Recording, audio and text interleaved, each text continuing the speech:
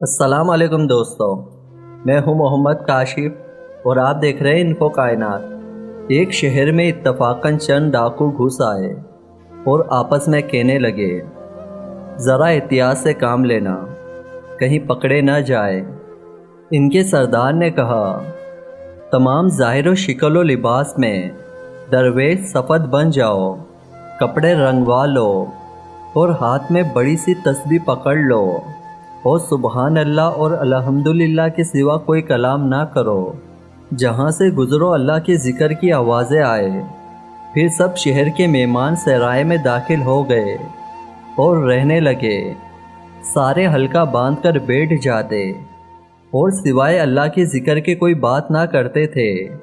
شہر میں مشہور ہو گیا کہ مہمان سرائے میں درویشوں کی جماعت ٹھہری ہے، سوائے ذکر اللہ کے کوئی کلام نہیں کرتے تھے۔ شہر کے لوگ ان کی زیارت اور ملاقات کو آنے لگے اور دعائیں اور اپنی ضرورتیں اور حاجتیں پیش کرنے لگے۔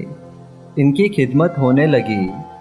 یکا یک مرتبہ شہر کے بادشاہ نے فوج کے ہمراہ آ کر عرض کیا، درویش حضرات، آپ ہمارے گھر تشریف لائیں، زے نصیب ہمیں بھی فیض حاصل ہوگا۔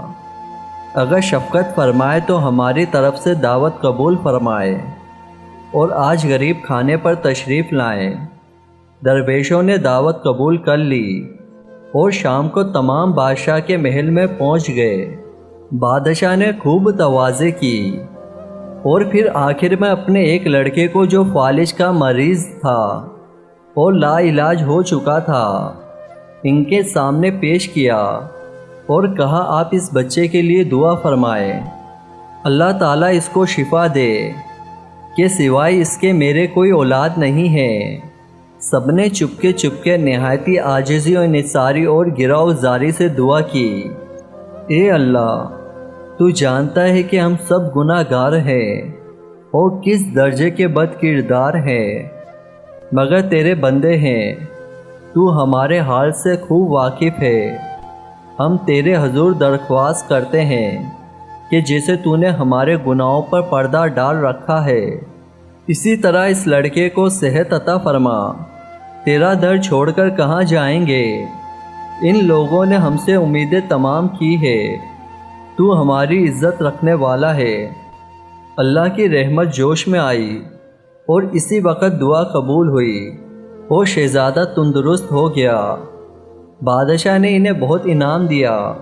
اس حالت کو دیکھ کر درویش کا بھیس بدلنے والے یہ ڈاکو آپس میں کہنے لگے کہ ہم نے تو محض دکھاوے کے لیے، مکر اور دھوکے کے لیے ایسی صورت بنائی اور ریاکاری کی صورت پر بھی یہ نتیجہ برآمد ہوا۔ اگر ہم خالص اللہ کی رضا کے لیے ذکر کرنے والے سچے عابد و ذاکر ہوتے تو نہ جانے کیا نتیجہ ہوتا۔ چنانچہ انہوں نے سابقہ زندگی سے توبہ کی اور شہر سے دور ایک جگہ جا پڑے اور سب کے سب ولی کامل بنے۔ سچ ہے کہ صورت کا اثر سیرت پر بھی ہوتا ہے۔ امید کرتا ہوں کہ آپ کو یہ میری چھوٹی سی ویڈیو پسند آئی ہوگی، تو پلیز اس ویڈیو کو لائک کریں، اپنے دوستوں میں شیئر کریں اور میرے چینل کو ضرور سبسکرائب کریں۔